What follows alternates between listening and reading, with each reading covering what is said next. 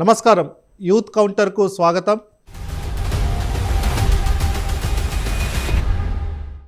ఈరోజు డిబేట్లో భాగంగా యూనివర్సిటీ ఆఫ్ హైదరాబాద్లో డొమైసైల్ రిజర్వేషన్స్ అంటే స్థానికత బేస్డ్ మీద రిజర్వేషన్స్ని ఇవ్వాలన్న డిమాండ్ అక్కడ విద్యార్థులు, ముఖ్యంగా తెలంగాణ రాష్ట్రం నుంచి వచ్చిన విద్యార్థులు డిమాండ్ చేస్తున్నారు. యూనివర్సిటీ ఆఫ్ హైదరాబాద్కి, వైస్ ఛాన్సలర్కి మరియు రిజిస్ట్రార్కి కూడా కలిసి వాళ్ళు లెటర్ ఇవ్వడము, తర్వాత వైస్ ఛాన్సలర్ ఈ విషయంపై కేంద్ర ప్రభుత్వానికి కూడా లేఖ రాస్తామని తెలియజేశారు. ముఖ్యంగా మనం చూసినట్లయితే university of Hyderabad second point 6 points ఫార్ములాలో 1969లో జరిగిన ఏదైతే ఉద్యమం ఉండిద్దో ఆ ఉద్యమానికి అణిచివేయడానికి, తొలి దశ ఉద్యమాన్ని అణచివేయడానికి 6 పాయింట్స్ ఫార్ములా ముందుకు తీసుకుని వచ్చి రెండో పాయింట్ కింద యూనివర్సిటీ ఆఫ్ హైదరాబాద్ని ఎస్టాబ్లిష్ చేయడం జరిగింది. ఇప్పుడు ప్రస్తుతం 50 ఏళ్ళు ఈ యూనివర్సిటీ ఆఫ్ హైదరాబాద్ ఉత్సవాలు కూడా చేసుకున్నారు. 50 ఇయర్స్ అయింది. ముఖ్యంగా అక్కడ ప్రధానంగా డిమాండ్ వస్తున్నది ఏంటంటే, ఇంతకుముందు 50 to 60%, 50-60% ఉన్న విద్యార్థులు తెలుగు రాష్ట్రాల నుంచి ఇప్పుడు ఆ శాతం మొత్తం 26-27% కూడా మించట్లేదు. అందుకనే లోకల్ రిజర్వేషన్, డొమైసైల్ రిజర్వేషన్ ఏదైతే ఉందో ఆ రిజర్వేషన్ని ప్రవేశపెట్టాలని, అలాగే వాళ్ళు చెప్తున్నది కూడా యూనివర్సిటీ ఆఫ్ హైదరాబాద్ విద్యార్థులు చెప్తున్నది, పాండిచ్చేరి యూనివర్సిటీలో మరియు కర్ణాటక సెంట్రల్ యూనివర్సిటీలో స్థానికత ఆధారంగా రిజర్వేషన్స్ అక్కడ ఇంప్లిమెంట్ చేస్తున్నారని, అలాగే జేఎన్యూలో బ్యాక్వర్డ్ డిస్ట్రిక్ట్స్ నుంచి వచ్చిన వాళ్ళకి పాయింట్స్ ఇస్తున్నారు, వాళ్ళకి అక్కడ అది కూడా ఇంప్లిమెంట్ చేస్తున్నారు జేఎన్యూలో. కానీ యూనివర్సిటీ ఆఫ్ హైదరాబాద్లో అలాంటి తెలంగాణ కోసమే ఏర్పడిన యూనివర్సిటీలో రిజర్వేషన్ లేకపోవడం, లోకల్ రిజర్వేషన్ లేకపోవడం బాధాకరమని అక్కడ విద్యార్థులు చెప్తున్నారు. అదే అంశం మీద యూనివర్సిటీ ఆఫ్ హైదరాబాద్ విద్యార్థులు ఎవరైతే ఉన్నారో వారిద్దరు కూడా మనతో పాటు ఈరోజు ఉన్నారు. మురళీ కృష్ణ యాదవ్ గారు all India OBC students association national కోఆర్డినేటర్గా ఉన్నారు. అలాగే వారితో పాటు అభినీష్ యూనివర్సిటీ ఆఫ్ హైదరాబాద్లో తెలుగులో ఇంటిగ్రేటెడ్ మాస్టర్స్ ప్రోగ్రామ్ అక్కడ చేస్తున్నారు, తెలంగాణ వాదిగా. అలాగే బీఆర్ఎస్వి నేతగా కూడా ఆయన పనిచేస్తున్నారు. వారిద్దరు కూడా ఈరోజు మన స్టూడియోలో జాయిన్ అవుతున్నారు. అడుగుదాం. అభినీష్ గారు, మీరు ముఖ్యంగా ఈ అంశం మీద ఎప్పటి నుంచో మాట్లాడుతున్నారు, లేవనెత్తుతున్నారు. యూనివర్సిటీ ఆఫ్ హైదరాబాద్ వైస్ ఛాన్సలర్ని కూడా కలవడం జరిగింది. మీరు ఎందుకు అక్కడ లోకల్ రిజర్వేషన్, అంటే ఇది ఒక కేంద్ర విశ్వవిద్యాలయంలో స్థానికత ఆధారంగా రిజర్వేషన్స్ ఇవ్వడం ఎందుకు వస్తుంది ఈ డిమాండ్? కిరణ్ గారు నమస్కారం అండి. ముందుగా ప్రైమ్ నేమ్ టీవీ వీక్షకులకు అందరికీ నమస్కారం. కిరణ్ గారు, దేశంలో ఉన్నటువంటి అన్ని సెంట్రల్ యూనివర్సిటీలోకెల్లా మన హైదరాబాద్ సెంట్రల్ యూనివర్సిటీ ఒకటే ఏకైక యూనివర్సిటీ కాన్స్టిట్యూషన్ ఆర్టికల్ ద్వారా 371E ప్రకారంగా మన యూనివర్సిటీ ఆఫ్ హైదరాబాద్ ఎస్టాబ్లిష్ అయిందండి. 1969 ఉద్యమంలో ప్రాణాలు అర్పించినటువంటి అమరవీరుల త్యాగంగా యూనివర్సిటీ ఏర్పడిందని మనం చెప్పుకోవచ్చండి. 6 పాయింట్ ఫార్ములాలో భాగంగా రెండవ సూత్రంగా మన యూనివర్సిటీ ఆఫ్ హైదరాబాద్ ఎస్టాబ్లిష్ అయిందండి. అయితే స్థానికంగా చూసుకున్నట్టయితే తెలంగాణలో ఉన్నటువంటి విద్యార్థులకు హైదరాబాద్ సెంట్రల్ యూనివర్సిటీలో ఎటువంటి స్థానిక రిజర్వేషన్లు లేవండి. ఇప్పుడు మన పక్క రాష్ట్రం ఉన్నటువంటి కర్ణాటక, అలాగే పాండిచ్చేరి యూనివర్సిటీ, సెంట్రల్ యూనివర్సిటీలలో అక్కడ వారి రాష్ట్ర విద్యార్థులకు అక్కడ స్థానిక రిజర్వేషన్లు కల్పించి అక్కడ ఉన్నటువంటి స్థానిక విద్యార్థులకు న్యాయం చేస్తున్నారండి. అలాగే ఇప్పుడు మా ప్రధాన డిమాండ్ ఏంటంటే, తెలంగాణ విద్యార్థులకు ఇప్పుడు ఎవరైతే ఇంటర్మీడియట్ చదువుకుంటున్నారో, అలాగే డిగ్రీ అయిపోయి ఎంఏ కోసం వేచి చూస్తున్నటువంటి విద్యార్థులు ఎవరైతే ఉన్నారో వాళ్ళందరికీ ఇక్కడ సెంట్రల్ యూనివర్సిటీ హైదరాబాద్లో డొమైసైల్ రిజర్వేషన్లు కల్పించి తెలంగాణ విద్యార్థులకు న్యాయం జరిగేలా చేకూరాలండి. ఎందుకంటే తెలంగాణ ఉన్నటువంటి అమరవీరులు వారందరి ప్రతిఫలంగా ఏర్పడినటువంటి యూనివర్సిటీలో తెలంగాణకు సంబంధించినటువంటి రిజర్వేషన్లు లేకపోవడం చాలా నష్టదాయకం అండి. కర్ణాటకలో పాండిచ్చేరి యూనివర్సిటీలో, అలాగే జేఎన్యూ యూనివర్సిటీలో కూడా మనకు అక్కడ స్థానిక రిజర్వేషన్లు ఈ యూనివర్సిటీలో కల్పించడం మనం గమనిస్తున్నామండి. ఇప్పుడు 2012లో అండి ఆర్టికల్ 371Jని పొందపరిచి కర్ణాటక సెంట్రల్ యూనివర్సిటీ వాళ్ళు కళ్యాణ కర్ణాటకగా వారు అక్కడ సెంట్రల్ యూనివర్సిటీలో రిజర్వేషన్లు కల్పించి ఇప్పుడు ఓల్డ్ హైదరాబాద్ స్టేట్ ఏదైతే ఉందో దాని ఆధారంగా అక్కడ 8% రిజర్వేషన్ 8% రిజర్వేషన్లు కల్పించి అక్కడ విద్యార్థులకు వారు న్యాయం చేస్తున్నారండి.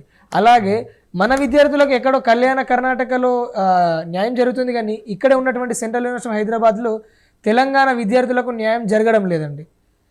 ఇక్కడున్న విద్యార్థులకు న్యాయం జరగాలని మా ప్రధాన డిమాండ్ అండి. ఎందుకంటే ఇక్కడున్న విద్యార్థులు ఇప్పుడు ఎవరైతే ఇంటర్మీడియట్ చదువుతున్నారో, ఇప్పుడు ఎవరైతే పీజీ అవుతున్నారో వీళ్ళందరూ కేసీఆర్ గారి నాయకత్వంలో మొన్న 1000కి పైగా గురుకులాలను స్థాపించి ఇప్పుడు వాళ్ళందరూ రెడీగా ఉన్నారు సెంట్రల్ యూనివర్సిటీలో చదువుకోవడానికి.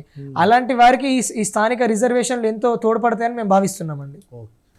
మురళి గారు, ముఖ్యంగా ఈ సియుఇటి అంటే central examination policy, one nation one examination policy వచ్చినప్పటి నుంచి సియుఇటి సెంట్రల్ యూనివర్సిటీస్ ఎంట్రన్స్ టెస్ట్ రావడంతో ఎక్కువ మంది ఇది ఏమైందంటే ఈ పేపర్స్ తెలుగులో ఇంగ్లీష్లో హిందీలో ఉండడం వల్ల తెలుగు విద్యార్థులు చాలా వరకు నష్టపోతున్నారు. ముఖ్యంగా గ్రామీణ ప్రాంతం నుంచి వచ్చిన విద్యార్థులు ఎవరైతే ఉన్నారో ఈ తెలుగు మీడియం నుంచి వచ్చిన విద్యార్థులు వాళ్ళు చాలా వరకు నష్టపోతున్నారు.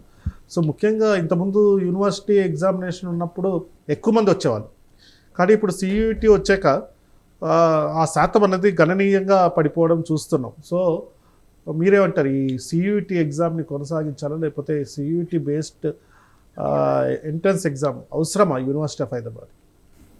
కిరణ్ గారు, ఇప్పుడు ఉన్న సియుఇటి ప్రకారం మొత్తం దేశం మొత్తం మీద జాతీయ స్థాయి ఎగ్జామ్ సియుఇటి యూజీ కానీ సియుఇటి పీజీ అనే ఎగ్జామ్ కానీ తెలంగాణలో ఇప్పటికీ కూడా 10th ఇంటర్ వరకు డిగ్రీ వరకు కూడా తెలుగు మీడియం చదివే అభ్యర్థులు చాలామంది ఉన్నారు. సో ఇలాంటి విద్యార్థులు లోకల్ లాంగ్వేజ్ని అంటే తెలుగుని మీడియంగా చేసుకొని చదివిన అభ్యర్థులు ఏంటంటే ఇప్పుడు డైరెక్ట్ ఈ సియుఇటి వచ్చేవరకు ఐదర్ ఇంగ్లీష్ ఆర్ హిందీ ఈ రెండిట్లో మాత్రమే ఉంటుంది ఈ ఎంట్రన్స్ ఎగ్జామినేషన్ అనేది. సో దీనివల్ల తెలుగు చదివిన అభ్యర్థులు నష్టపోతున్నారు. సో ఇలాగే ఒక తెలుగే కాదు, ఇప్పుడు కర్ణాటకలో కన్నడ మీడియం అభ్యర్థులు ఉన్నారు, తమిళనాడులో తమిళ్ చదివిన అభ్యర్థులు ఉన్నారు. సో నేనేమంటున్నా అంటే హిందీ ఎవరైతే మీడియంగా చేసుకున్నారో వాళ్ళకి న్యాయం జరుగుతుంది. ఎందుకంటే వాళ్ళ సొంత మీడియంలో చదివినా కూడా వాళ్ళు ఇప్పుడు ఎగ్జామ్ రాయగలరు, వాళ్ళు క్రాక్ చేయగలరు. ఇంకా మాతృభాషలో వాళ్ళకి ఇంకొక 10% అధికంగా లాభం చేకూరుతుంది.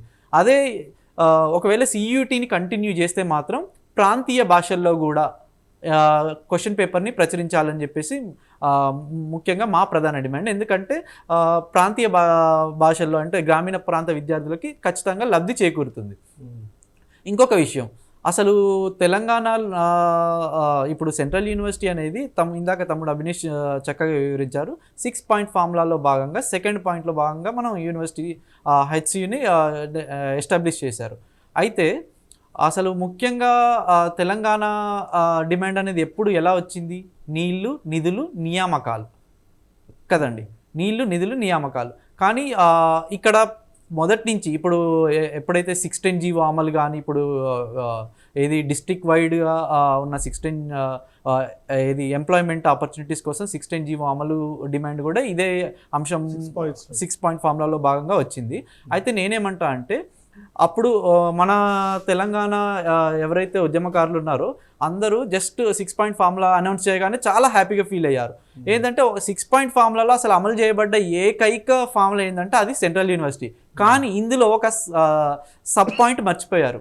తెలంగాణకి సెంట్రల్ యూనివర్సిటీ శాంక్షన్ చేయగానే అసలు సంబరపడిపోయారు, కానీ అందులో మనకు రిజర్వేషన్స్ ఎక్కడున్నాయనే విషయాన్ని మరిచారు మన పాలకులు, ఎవరైతే గత పాలకులు ఉన్నారో.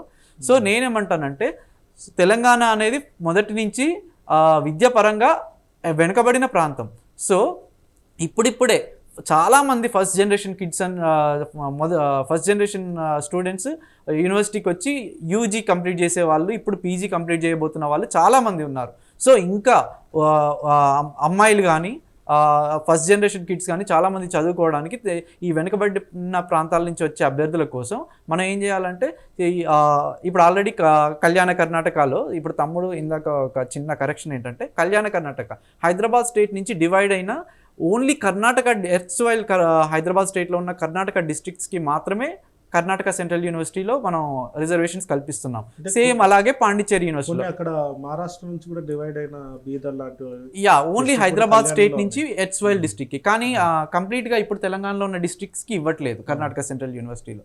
సో అలా ఈ పాయింట్ ప్రకారంగా చూసుకుంటే ఆల్రెడీ పాండిచ్చేరి సెంట్రల్ యూనివర్సిటీలో ఇస్తున్నారు, అక్కడ జేఎన్యూలో ఇస్తున్నారు, ఇక్కడ కర్ణాటక సెంట్రల్ యూనివర్సిటీలో ఇస్తున్నారు. కాబట్టి యూనివర్సిటీ ఆఫ్ హైదరాబాద్ సెంట్రల్ యూనివర్సిటీలో కూడా ఒక 20% ఇవ్వాలని చెప్పేసి మేము బీఆర్ఎస్ ఎంపీ వినోద్ కుమార్ గారు, తమ్ముడు former MP and planning commission member కూడా, అండ్ మా all India OBC student association తరపు నుండి అండ్ కొంతమంది బీఆర్ఎస్ విద్యార్థులు కూడా జాయిన్ అయ్యారు. సో మేమందరం మా వైస్ ఛాన్సలర్ గారికి రిక్వెస్ట్ చేయడం జరిగింది.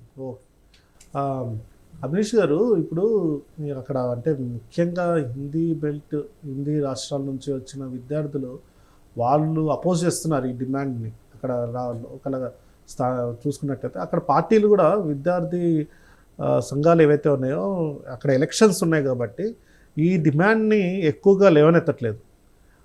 అంటే ఓటు బ్యాంక్ పాలిటిక్స్ అనుకోవచ్చు, లేకపోతే వాళ్ళ శాతం ఎక్కువ ఉంది కాబట్టి ఓట్స్ పడకపోవచ్చు. కానీ ఈ డిమాండ్ తెలుగు ముఖ్యంగా తెలంగాణ నుంచి వచ్చిన విద్యార్థులు ఎవరైతే ఉన్నారో దానికి చాలా వరకు 15 to 20% వచ్చినా కూడా ఇంకో 25-30% కలుపుకున్నా కూడా అరౌండ్ 40-45% తెలంగాణ విద్యార్థులు వచ్చే ఛాన్సెస్ ఉంది. సో ఎందుకు ఈ డిమాండ్ని ఎక్సెప్ట్ 2-3 విద్యార్థి సంఘాలు తప్ప వేరే విద్యార్థి సంఘాలు లేవనెత్తట్లేదు? కిరణ్ గారు, ఈ మురళి గారు మాట్లాడిన అంశం సియూఈటీ రాకన్నా ముందు సెంట్రల్ యూనివర్సిటీ ఆఫ్ హైదరాబాద్లో తెలుగు విద్యార్థుల సంఖ్య దాదాపు 35 నుంచి 40% ఉండేయండి. ఇప్పుడు ఎప్పుడైతే సియూఈటీ వచ్చిందో ఆ తర్వాత నుండి తెలుగు వారి సంఖ్య గణనీయంగా పడిపోతూ వస్తుండడం మనం గమనించవచ్చండి. గణనీయంగా తగ్గుతూ కాకుండానే అసలు తెలుగు వాళ్ళ విద్యార్థులు ఇప్పుడు రేపు సెంట్రల్ యూనివర్సిటీలో తెలుగు వారి విద్యార్థులు కూడా ఒక 10-15 మందికి చేరే అవకాశం కూడా ఉంది. ఈ సిఈటి ద్వారా ఆల్రెడీ పిహెచ్డిలో ఎక్కడ కనపడట్లేదు. కొన్ని కోర్సులో పిహెచ్డిలో అసలు ఒక్క తెలుగు పర్సన్ లేకుండా కూడా మనం చూడొచ్చండి. అయితే ఈ సిఈటి ద్వారా మనం ఎంత నష్టపోతున్నామో నార్త్ ఇండియా వాళ్ళు అంత లాభపడుతున్నారు అండి. ఎందుకంటే క్వశ్చన్ పేపర్ ఐదర్ హిందీ లేకపోతే ఇంగ్లీష్ అండి. మరి ఇటువంటి క్వశ్చన్ పేపర్ ఆధారంగా ప్రాంతీయ విద్యార్థులు ఎలా లాభపడతారు? అసలు ప్రాంతీయ విద్యార్థులు ఇప్పుడు ఎంతో మంది తెలంగాణ విద్యార్థులు తెలుగు మీడియం నుండి వచ్చి ఉన్న వాళ్ళు ఉంటారు. ఈవెన్ ఇంగ్లీష్ మీడియంలో చదువుకున్నా కూడా మదర్ టంగ్ తెలుగు ఉండడంతో అప్పుడు మీరు ప్రాంతీయ విద్యార్థులను దృష్టి ఉంచుకొని ప్రాంతీయ విధానంలోనే ప్రశ్నపత్రం కొనసాగించాలని మేము అంటున్నామండి. అలాగే ఇప్పుడు ఆపోజ్ చేస్తారండి ప్రత్యేకంగా. ఇప్పుడు తెలంగాణ విద్యార్థులకు రిజర్వేషన్లు ఇక్కడ కావాలంటే నార్త్ ఇండియా వాళ్ళం చేసి వాళ్ళకి మేమంటామంటే మీ రాష్ట్రంలో ఉన్నటువంటి మీ సెంట్రల్ యూనివర్సిటీలకి మీ రాష్ట్ర స్థానిక రిజర్వేషన్లు అమలు చేయాలని మీరు కూడా పోరాడండి. ఎందుకంటే ఇక్కడ అమరవీరుల కారణంగా ఏర్పడినటువంటి ఈ యూనివర్సిటీలో అసలు ప్రధాన ఉద్దేశం అది కదండి, తెలంగాణ విద్యార్థులు లాభపడాలని. అటువంటి తెలంగాణ విద్యార్థులకు ఇక్కడ రిజర్వేషన్ లేకపోవడం దీన్ని మనం తీవ్రంగా పరిగణించాలి. అవును, అంటే విద్యార్థి సంఘాలు ఎందుకు లేవనెత్తట్లేదు? ఇక్కడ ఒక ఎలక్టెడ్ బాడీ ఉంది, సంఘాలు ఉన్నాయి, లెఫ్ట్. కిరణ్ గారు, ఇక్కడ ప్రధాన అక్కడ నార్త్ వాళ్ళ ఓటు బ్యాంకు, అలాగే కేరళ వాళ్ళ ఓటు బ్యాంకు. ఇప్పుడు ఒకవేళ వాళ్ళు ఈ అంశాన్ని లేవనెత్తితే అక్కడ ఆ ఓట్స్ ఎక్కడైతే కోల్పోతామో ఒక భయం ఉంటుందండి. అక్కడ ఓట్ బ్యాంక్ పాలిటిక్స్ చాలా క్రియాశీలకంగా పనిచేస్తాయండి. ఇప్పుడు ఎవరైతే నేను ఇప్పుడు మా అనొచ్చలో తెలియదు కదండి, ఇప్పుడు ప్రజెంట్ ఉన్న స్టూడెంట్ యూనియన్ వారికి ఆ సంవత్సరంలో ఏ విద్యార్థి సంఘంతో అవసరం పడుతుందో ఆ విద్యార్థి సంఘంని అక్కున చేర్చుకొని గతంలో ఉన్నటువంటి వాళ్ళ అలయన్స్ లో ఉన్నటువంటి ఏదైనా ఒక విద్యార్థి సంఘాన్ని తొలగిస్తుందండి. ఇప్పుడు అంతకుముందు 2023-24 అప్పుడు వారికి టిఎస్ఎఫ్ విద్యార్థి సంఘంతో వాళ్ళకి అవసరం ఏర్పడింది. Tribal students. ఇప్పుడు ఎస్సీ వర్గీకరణ కారణంగా వాళ్ళకు డిఎస్యుతో సంబంధం ఏర్పడింది. వాళ్లకు అనుగుణంగా వాళ్ళ ఓట్ బ్యాంక్ పాలిటిక్స్ అనుగుణంగా వారు చేస్తుంటారండి. నేను ఇంకొక విషయం ఏమంటున్నా అంటే కిరణ్ గారు, ఖచ్చితంగా కేసీఆర్ గారి నాయకత్వంలో వచ్చినటువంటి ఈ తెలంగాణను అసలు మేము చిన్నభిన్నం చేసుకోమండి. ఖచ్చితంగా సెంట్రల్ యూనివర్సిటీలో ఈ తెలంగాణ విద్యార్థుల రిజర్వేషన్లకై పోరాడతాం. అలాగే మాకు అండగా మీరు కూడా all India OBC students association వాళ్ళు కూడా ఉన్నారు ఈ అంశాన్ని ముందుకు తీసుకెళ్లే పాత్రలో. అలాగే వినోద్ కుమార్ సార్, గెలు శ్రీనివాస్ యాదవ్ గారు మనకు అండగా ఉండడం మేము చూస్తున్నామండి. ఖచ్చితంగా వారి ఆధ్వర్యంలో మీ అనుకూలతతో ఖచ్చితంగా యూనివర్సిటీ ఆఫ్ హైదరాబాద్లో తెలంగాణ స్థానిక రిజర్వేషన్లు సాధించి తీరుతాం. అంటే ఇప్పుడు ప్రస్తుతం ఈ డిమాండ్ అనేది చాలా ఇంపార్టెన్స్ ఎందుకు వచ్చిందంటే ఈ తర్వాత ఈ కంచె గచ్చిబౌలి కేసు ఏదైతే ఉందో సుప్రీంకోర్టులో, తర్వాత అక్కడ జరిగిన ఫారెస్ట్ డిస్ట్రక్షన్, లేకపోతే ల్యాండ్ ఇష్యూ, ఇవన్నీ చూసుకున్నట్టయితే ఇప్పుడు యూనివర్సిటీ ఆఫ్ హైదరాబాద్ డిమాండ్ కూడా ఎక్కువగా పెరిగింది. యూనివర్సిటీ అంటే మొత్తం దేశంలో ఉన్న అన్ని రాష్ట్రాలు కూడా యూనివర్సిటీ ఆఫ్ హైదరాబాద్ విద్యార్థులు, ముఖ్యంగా అన్ని రాష్ట్రాల్లో ఉండే విద్యార్థులు యూనివర్సిటీ ఆఫ్ హైదరాబాద్లో సీట్ కోసం అన్ని చాలా కష్టపడే చూస్తున్న తరుణంలో ఈ స్థానికత బేస్డ్ మీద రిజర్వేషన్స్ ఇవ్వడం మీద ఎక్కువగా ఈ ఎవరైతే నార్త్ ఇండియా నుంచి వచ్చారో వాళ్ళు అపోజ్ చేస్తున్నారని మేము ఇందాక కూడా డిస్కస్ చేస్తాం. కానీ దీన్ని ఎలా కౌంటర్ చేయగలుగుతారు అంటే ఇక్కడ ఈ ఇష్యూ మీద కన్సెన్సస్ ఎలా తీసుకుని వస్తారు యూనివర్సిటీలో, అలాగే యూనివర్సిటీ బయట ఉద్యమాలు? సో మురళి గారు, స్టేట్ యూనివర్సిటీస్ దగ్గర దగ్గర ఒక 7 నుంచి 8 స్టేట్ యూనివర్సిటీస్ ఉన్నాయి. వాళ్ళందరూ 15 మొత్తం. వాళ్ళందరూ కూడా మాస్టర్స్ ఫినిష్ చేసుకున్న తర్వాత ఐదర్ గ్రాడ్యుయేషన్ కానీ ఐదర్ మాస్టర్స్ కానీ ఫినిష్ చేసుకున్న తర్వాత వాళ్ళ ఫస్ట్ ప్రిఫరెన్స్ ఏంటంటే యూనివర్సిటీ ఆఫ్ హైదరాబాద్ సెంట్రల్ యూనివర్సిటీలో ర్యాంక్ కొట్టాలి, సిఈటి రాయాలి, యూనివర్సిటీ ఆఫ్ హైదరాబాద్కి ఎంటర్ అవ్వాలి ఎలాగో అలా. ఎందుకంటే ఇక్కడ బయట కార్పొరేట్ విద్యా సంస్థల్లో ఫర్ ఎగ్జాంపుల్ ఇప్పుడు మన హైదరాబాద్ చుట్టుపక్కలనే ఓక్సెన్ యూనివర్సిటీ కానీ, గీతం యూనివర్సిటీ కానీ, ఇలా చాలా ప్రైవేట్ యూనివర్సిటీస్, కొత్త ప్రైవేట్ యూనివర్సిటీస్ వచ్చాయి. ఇలాంటి కోర్సు సెంట్రల్ యూనివర్సిటీలో చదవాలంటే ఒక 20 నుంచి 30 వేలల్లో అయిపోతుంది. కానీ సేమ్ డిగ్రీ చదవాలంటే అదే ప్రైవేట్ యూనివర్సిటీలో 10 లక్షలు, 8 నుంచి 10 లక్షలు అవుతుంది. సో కార్పొరేట్ విద్యా స్థాయి ప్రమాణాల కంటే ఎక్కువగా అండ్ క్యూఎస్ ర్యాంకింగ్, వరల్డ్ ర్యాంకింగ్స్లో దగ్గర దగ్గర కంటిన్యూస్గా 300 నుంచి 500 మధ్యలో ప్రతిసారి మన యూనివర్సిటీ ఆఫ్ హైదరాబాద్ ఉంటుంది. సో దాని కారణంగా డెఫినెట్గా యూనివర్సిటీ ఆఫ్ హైదరాబాద్కి టఫ్ కాంపిటీషన్ ఉంటుంది.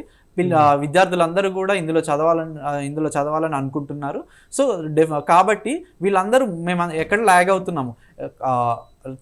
చాలామంది ఎంత చదివినా కూడా నార్త్ ఇండియన్ స్టూడెంట్స్ అనేవాళ్ళు ఏదో రకంగా క్వశ్చన్ పేపర్ హిందీలో ఉండడం వల్ల అలా వాళ్ళు ఫెచ్ అవుతున్నారు. సో ఇప్పుడు మాకు ఆల్ ఇండియా ఓబీసీ స్టూడెంట్ అసోసియేషన్కి అన్ని సెంట్రల్ యూనివర్సిటీలో వింగ్స్ ఉన్నాయి, అన్ని స్టేట్ యూనివర్సిటీలో వింగ్స్ ఉన్నాయి.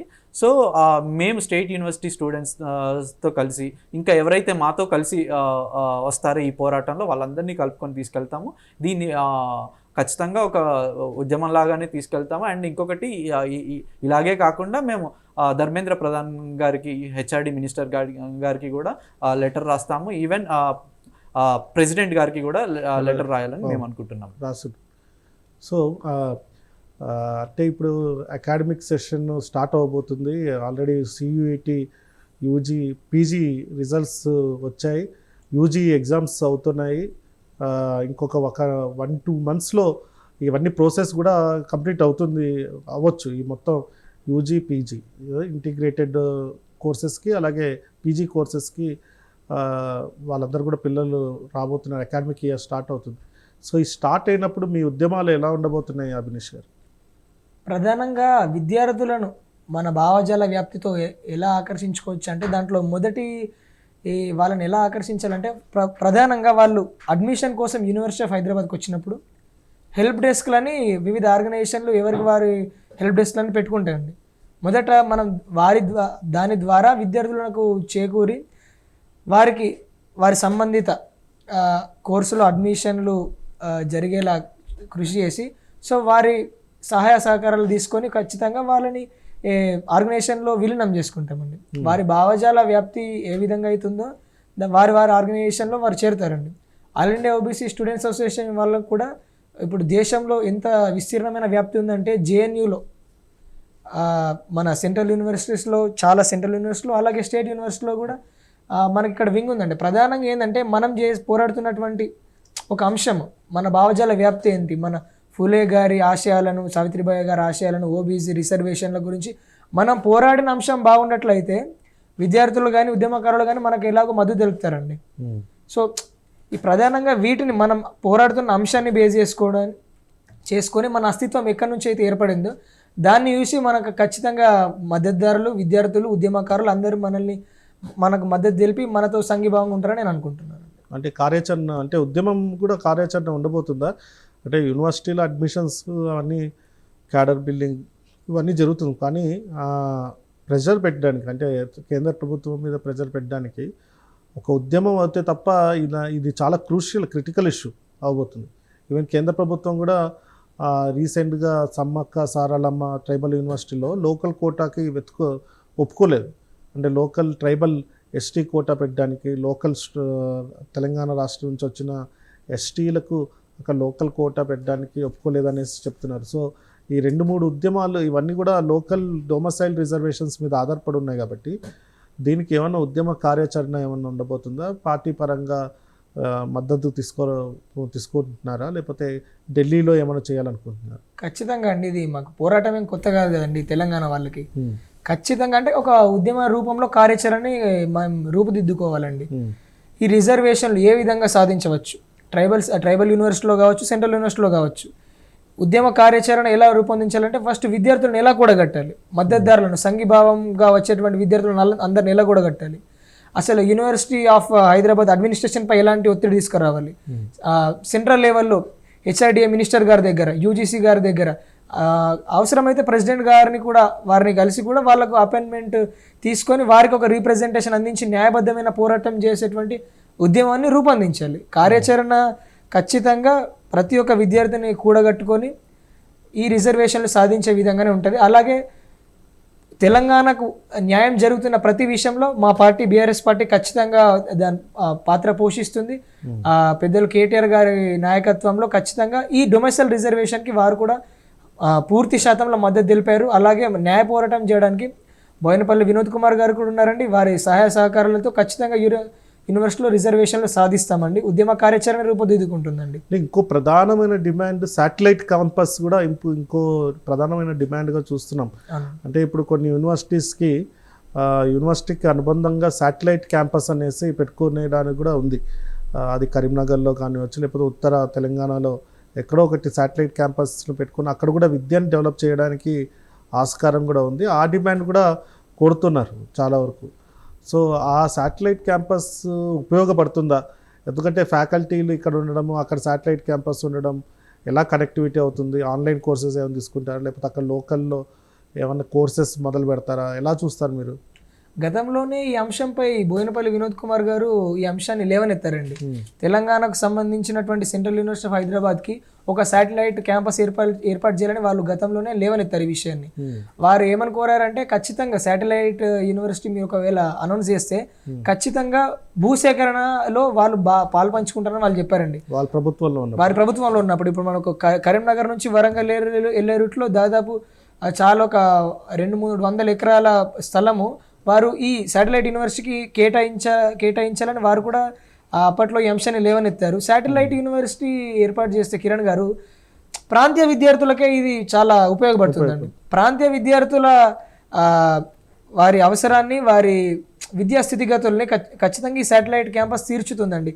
ఫ్యాకల్టీ విషయంలో అది ఆన్లైన్ క్యాంపసెస్ కావచ్చు, కానీ ఒకవేళ నిజంగా అంత ఫ్యాకల్టీ అవసరం ఉంటే రిక్రూట్ చేయాలండి ఖచ్చితంగా. సెంట్రల్ గవర్నమెంట్ వాళ్ళు రిక్రూట్ చేసి తదితర అంశాలను తద్వారా ఆ యూనివర్సిటీకి సంబంధించినటువంటి విషయాల్లో ఏదైతే కోర్సులకు డిమాండ్ ఉందో అక్కడ శాటిలైట్ క్యాంపస్ పెట్టి అక్కడ డెవలప్ చేయాలి. అలాగే అండి, మా ప్రధాన డిమాండ్ ఏంటంటే ఇప్పుడు centre for Telangana folk studies అని, centre for Telangana regional studies అని, అలాగే తెలంగాణ స్టడీస్ అని సపరేట్గా కొన్ని సెంటర్స్ ఏర్పాటు చేసి ఈ శాటిలైట్ క్యాంపస్లో వాటి రీసెర్చ్ని పెంపొందించేలా అక్కడ ఈ అంశాన్ని తీసుకున్నట్టయితే బాగా తోడ్పడుతుందండి. అది ఒక రకంగా సెంట్రల్ యూనివర్సిటీలో ఉన్నటువంటి విద్యార్థులకు, తెలంగాణ స్థానిక విద్యార్థులకు, అలాగే తెలంగాణ సంస్కృతిని, ఇక్కడ ఉన్నటువంటి హెరిటేజ్ని పెంపొందించే విధంగా దాన్ని మనం చూసుకోవచ్చండి. శాటిలైట్ క్యాంపస్లో కొన్ని సెంటర్స్ని ఏర్పాటు చేసి ఈ రీసెర్చ్ పరిశోధన అంశాన్ని కొంచెం ముందుకు తీసుకెళ్తే బాగుంటుందండి. Socio economic,